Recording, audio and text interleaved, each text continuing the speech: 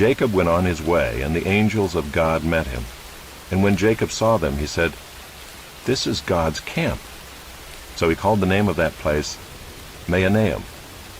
And Jacob sent messengers before him to Esau his brother in the land of Seir, the country of Edom, instructing them, "Thus you shall say to my lord Esau, Thus says your servant Jacob, I have sojourned with Laban, and stayed until now. I have oxen, donkeys, flocks, male servants and female servants. I have sent to tell my lord in order that I may find favor in your sight." And the messengers returned to Jacob, saying, "We came to your brother Esau, and he is coming to meet you, and there are 400 men with him." Then Jacob was greatly afraid and distressed. He divided the people who were with him and the flocks and herds and camels into 2 camps, thinking, "If Esau comes to the one camp and attacks it, then the camp that is left will escape." And Jacob said, "O God of my father Abraham, and God of my father Isaac, O Lord, who said to me, Return to your country and to your kindred, that I may do you good. I am not worthy of the least of all the deeds of steadfast love and all the faithfulness that you have shown to your servant. For with only my staff I crossed this Jordan, and now I have become 2 camps. Please deliver me from the hand of my brother, from the hand of Esau, for I fear him, that he may come and attack me, the mothers with the children. But you said, I will surely do you good, and make your offspring as the sand of the sea, which cannot be numbered for multitude."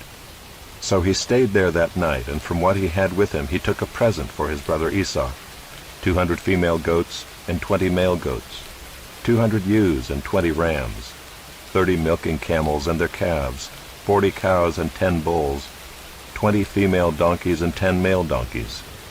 These he handed over to his servants, every drove by itself, and said to his servants, "Pass on ahead of me and put a space between drove and drove." He instructed the first, "When Esau my brother meets you and asks you, 'To whom do you belong? Where are you going? And whose are these ahead of you?' Then you shall say, 'They belong to your servant Jacob. They are a present sent to my lord Esau. And moreover, he is behind us.'" He likewise instructed the second and the third and all who followed the droves. "You shall say the same thing to Esau when you find him. And you shall say, 'Moreover, your servant Jacob is behind us.' For he thought, I may appease him with the present that goes ahead of me, and afterward I shall see his face. Perhaps he will accept me." So the present passed on ahead of him, and he himself stayed that night in the camp. The same night he arose and took his 2 wives, his 2 female servants, and his 11 children, and crossed the ford of the Jabbok. He took them and sent them across the stream, and everything else that he had, and Jacob was left alone. And a man wrestled with him until the breaking of the day. When the man saw that he did not prevail against Jacob, he touched his hip socket, and Jacob's hip was put out of joint as he wrestled with him. Then he said, "Let me go, for the day has broken." But Jacob said, "I will not let you go unless you bless me." And he said to him, "What is your name?" And he said, "Jacob." Then he said, "Your name shall no longer be called Jacob, but Israel, for you have striven with God and with men, and have prevailed." Then Jacob asked him, "Please tell me your name." But he said, "Why is it that you ask my name?" And there he blessed him. So Jacob called the name of the place Peniel, saying, "For I have seen God face to face, and yet my life has been delivered." The sun rose upon him as he passed Penuel, limping because of his hip. Therefore to this day the people of Israel do not eat the sinew of the thigh that is on the hip socket, because he touched the socket of Jacob's hip on the sinew of the thigh. And Jacob lifted up his eyes and looked, and behold, Esau was coming, and 400 men with him. So he divided the children among Leah and Rachel and the 2 female servants. And he put the servants with their children in front, then Leah with her children, and Rachel and Joseph last of all. He himself went on before them, bowing himself to the ground 7 times until he came near to his brother. But Esau ran to meet him and embraced him, and fell upon his neck and kissed him, and they wept.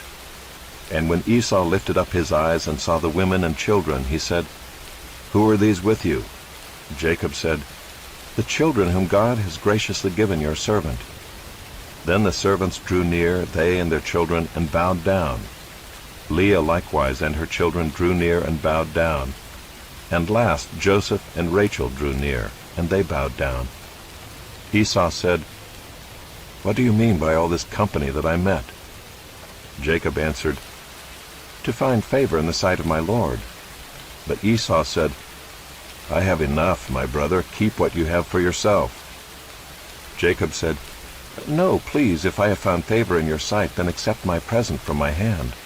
For I have seen your face, which is like seeing the face of God, and you have accepted me.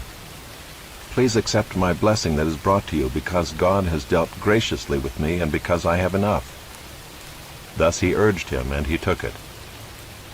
Then Esau said, "Let us journey on our way, and I will go ahead of you." But Jacob said to him, "My Lord knows that the children are frail, and that the nursing flocks and herds are a care to me. If they are driven hard for one day, all the flocks will die.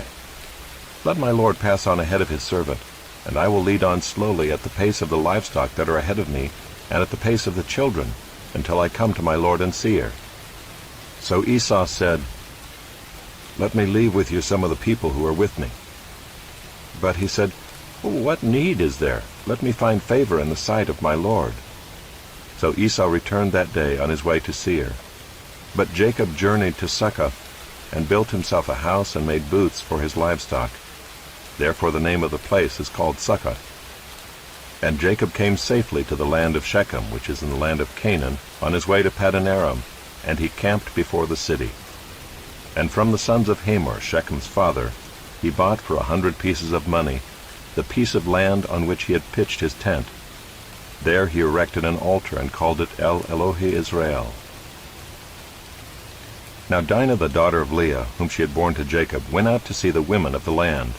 And when Shechem the son of Hamor the Hivite, the prince of the land, saw her, he seized her and lay with her and humiliated her. And his soul was drawn to Dinah the daughter of Jacob. He loved the young woman and spoke tenderly to her. So Shechem spoke to his father Hamor, saying, "Get me this girl for my wife." Now Jacob heard that he had defiled his daughter Dinah, but his sons were with his livestock in the field, so Jacob held his peace until they came. And Hamor the father of Shechem went out to Jacob to speak with him. The sons of Jacob had come in from the field as soon as they heard of it, and the men were indignant and very angry, because he had done an outrageous thing in Israel, by lying with Jacob's daughter, for such a thing must not be done. But Hamor spoke with them, saying, "The soul of my son Shechem longs for your daughter. Please give her to him to be his wife.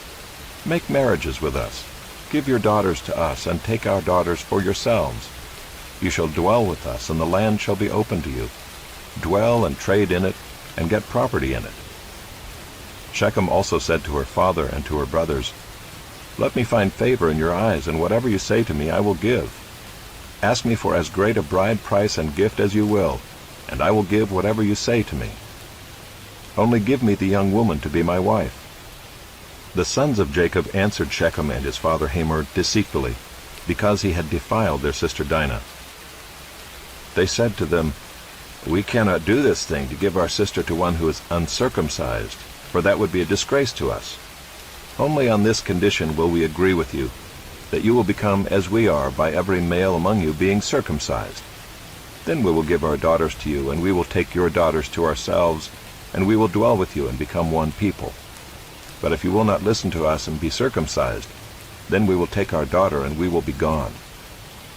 Their words pleased Hamor and Hamor's son Shechem, and the young man did not delay to do the thing, because he delighted in Jacob's daughter. Now he was the most honored of all his father's house. So Hamor and his son Shechem came to the gate of their city, and spoke to the men of their city, saying, "These men are at peace with us. Let them dwell in the land and trade in it, for behold, the land is large enough for them. Let us take their daughters as wives, and let us give them our daughters. Only on this condition will the men agree to dwell with us to become one people, when every male among us is circumcised as they are circumcised. Will not their livestock, their property, and all their beasts be ours? Only let us agree with them, and they will dwell with us." And all who went out of the gate of his city listened to Hamor and his son Shechem, and every male was circumcised, all who went out of the gate of his city. On the third day, when they were sore, 2 of the sons of Jacob, Simeon and Levi, Dinah's brothers, took their swords and came against the city while it felt secure, and killed all the males. They killed Hamor and his son Shechem with the sword, and took Dinah out of Shechem's house and went away. The sons of Jacob came upon the slain and plundered the city, because they had defiled their sister. They took their flocks and their herds, their donkeys, and whatever was in the city and in the field, all their wealth, all their little ones and their wives, all that was in the houses they captured and plundered. Then Jacob said to Simeon and Levi, "You have brought trouble on me by making me stink to the inhabitants of the land, the Canaanites and the Perizzites.